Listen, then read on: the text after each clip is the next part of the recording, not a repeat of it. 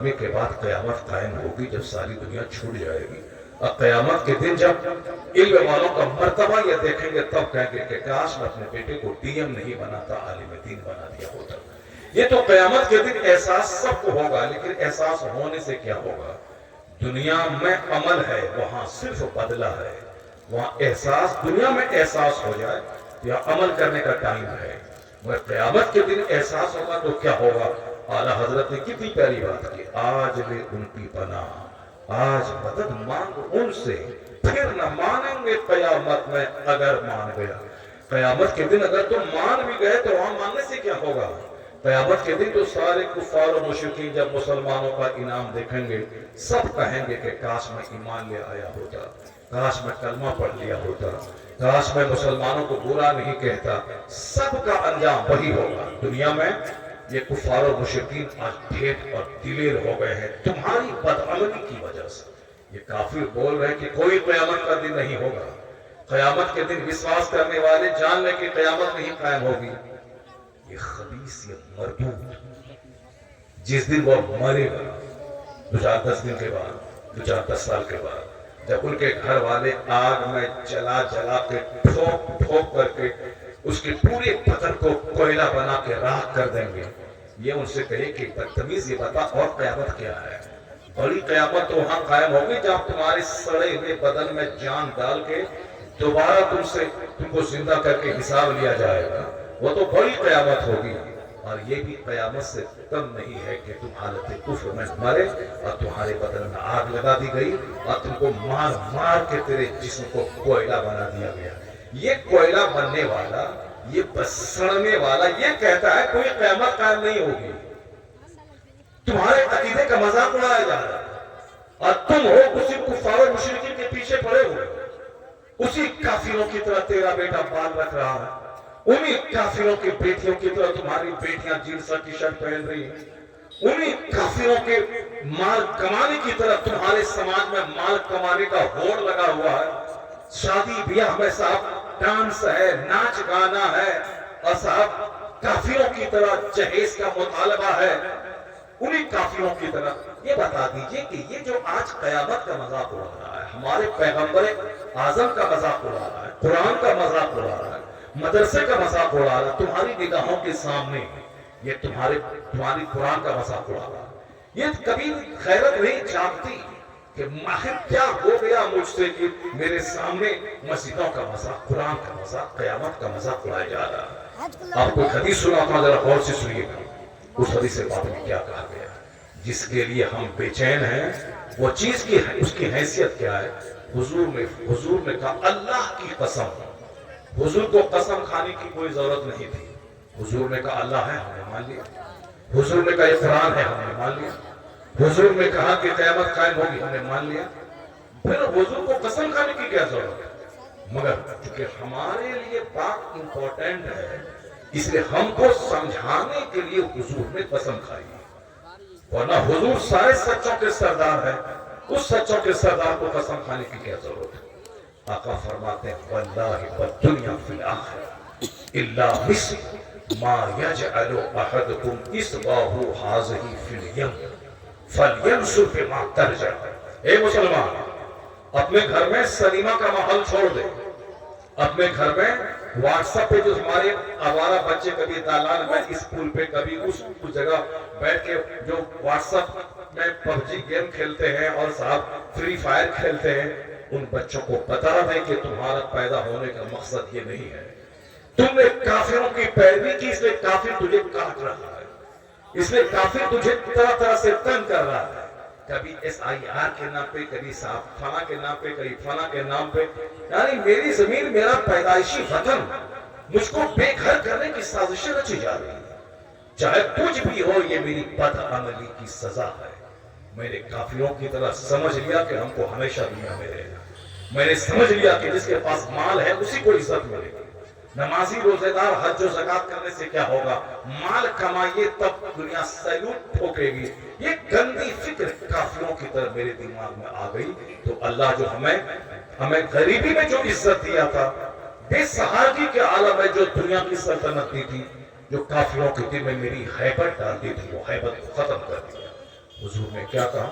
اللہ کی قسم یہ دنیا آخرت کے سامنے ایسی ہی ہے جیسے تم میں سے کوئی اپنی انگلی سمندر میں ڈال دے، فَلْيَنْظُرْ بِمَا تَرْجِعُ، پھر وہ دیکھے کہ اس انگلی میں کتنا پانی ہے، یہ انگلی کتنا پانی لے کے لوٹی ہے۔ ذرا غور سے سنیے گا، حضور نے کیا کہا؟ اللہ کی قسم، the example of this world، اس دنیا کی مثال آخرت کے سامنے ایسی ہی ہے جیسے تم میں سے کوئی اپنی انگلی سمندر میں ڈالے، پھر دیکھے کہ کتنا پانی اس انگلی میں لگا ہے۔ کتنا پانی لگے گا؟ دو چار قطرہ پانی لگے گا۔ حضور کہتے ہیں یہی مثال دنیا کی آخرت کے سامنے ہے۔ مرنے کے بعد کی جو دنیا ہے وہ آباد سمندر کے معنی ہے، اور یہ دنیا جس میں ہم لوگ رہ رہے ہیں یہ ایک قطرہ پانی ہے۔ کتنے پاگل ہیں وہ جو ایک قطرہ پانی کے لیے دیوانہ ہے، اور جو آخرت مثل سمندر ہے اس کی کوئی فکر نہیں ہے، اس کا کوئی چرچا نہیں ہے، اس کے بارے میں کبھی گھر میں تبصرہ نہیں ہے، جبکہ گھر میں دنیا کے بارے میں تبصرہ ہونا چاہیے 10%، اور 90% چرچا آخرت کے بارے میں ہونا چاہیے کہ مرتے وقت زبان پہ کلمہ جاری ہوگا کہ نہیں۔ قبر کی اندھیری میں جہاں سارے احباب رشتہ دار مٹی ڈال کر آ جائیں گے، اس قبر کی تنہائی والی پہلی رات میں وہاں میرا ساتھی کون ہوگا؟ اس تاریکی والی قبر کے اس گڈھے میں میرے لیے کون سا کام نور اور روشنی کا سامان ہوگا؟ کوئی نہیں چرچا کرتے، جبکہ سب کو جانا ہے۔ ایسا نہیں کہ کسی کو مولوی صاحب کو ہی مرنا ہے اور عام آدمی کو نہیں مرنا ہے۔ ٹوپی پہنے مولوی صاحب، داڑھی رکھے مولوی صاحب، پنجابی کرتا پہنے مولوی صاحب، سچ بولے مولوی صاحب، اذان دے مولوی صاحب، رمضان کا روزہ رکھے مولوی صاحب، تراویح 300 رات میں پڑھے مولوی صاحب، اور ہم تو صرف 5 دن میں تراویح پڑھا، اپنا 6 کا پورا کیا اور پھر بالکل آزاد ہو گئے جیسے کہ ہم نے اپنا ایک بوجھ اٹھا دیا۔ جبکہ فجر کی نماز پڑھنا اتنا بڑا فرض ہے کہ اس کے سامنے تراویح کی نماز کی کوئی حیثیت نہیں ہے۔ تراویح کی نماز پڑھنا سنت ہے، آدمی نہیں پڑھے گا تو اتنا بڑا مجرم نہیں ہے، مگر فجر کی نماز پڑھنا فرض ہے، ظہر پڑھنا فرض ہے، عشاء پڑھنا فرض ہے۔ اب فجر صرف 5 دن تراویح پڑھا جیسے کہ ایک رسم ادا کر دیا کہ ہم نے پڑھ لیا۔ رمضان کی ہر رات میں تراویح پڑھنا سنت ہے، موقع ہے، ہر رات 3 دن میں ختم ہو جائے، مگر تراویح کی 20 رکعت تو ہر رات پڑھنا پڑے گا، چاہے ایک ہی دن میں پورا قرآن پاک ختم کر لے آدمی عشاء کے مصرے کے فجر تک، لیکن 300 رات 20 رکعت تراویح مرد کو بھی پڑھ رہا ہے، عورت کو بھی پڑھ رہا ہے۔ یہ جو چھیتا والا کاروبار چل رہا ہے کہ 3 دن میں 10 دن میں 5 دن میں پڑھ لیا، اس کے بعد فری ہو گئے اپنا جہاں چاہیں جائیں، نہیں۔ رمضان عبادت کا مہینہ، رمضان کا ایک ایک منٹ قیمتی ہے۔ سال کے 11 مہینے مارے مارے پھرے تو پیٹ نہیں بھرا، ایک مہینہ مارے مارے پھروگے تو کتنا پیٹ بھر جائے گا۔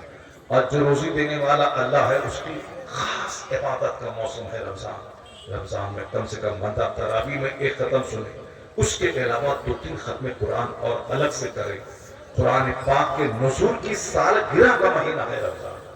قرآن کی وجہ سے ہی رمضان کو اتنی فضیلت ملی، اس میں شب قدر ہے، اس میں اعتکاف ہے، اس میں تراویح ہے، اس میں افطار کرانے کا ثواب روزہ رکھنے کے برابر ہے، سحری کا سسٹم ہے، اس میں شب قدر ہے۔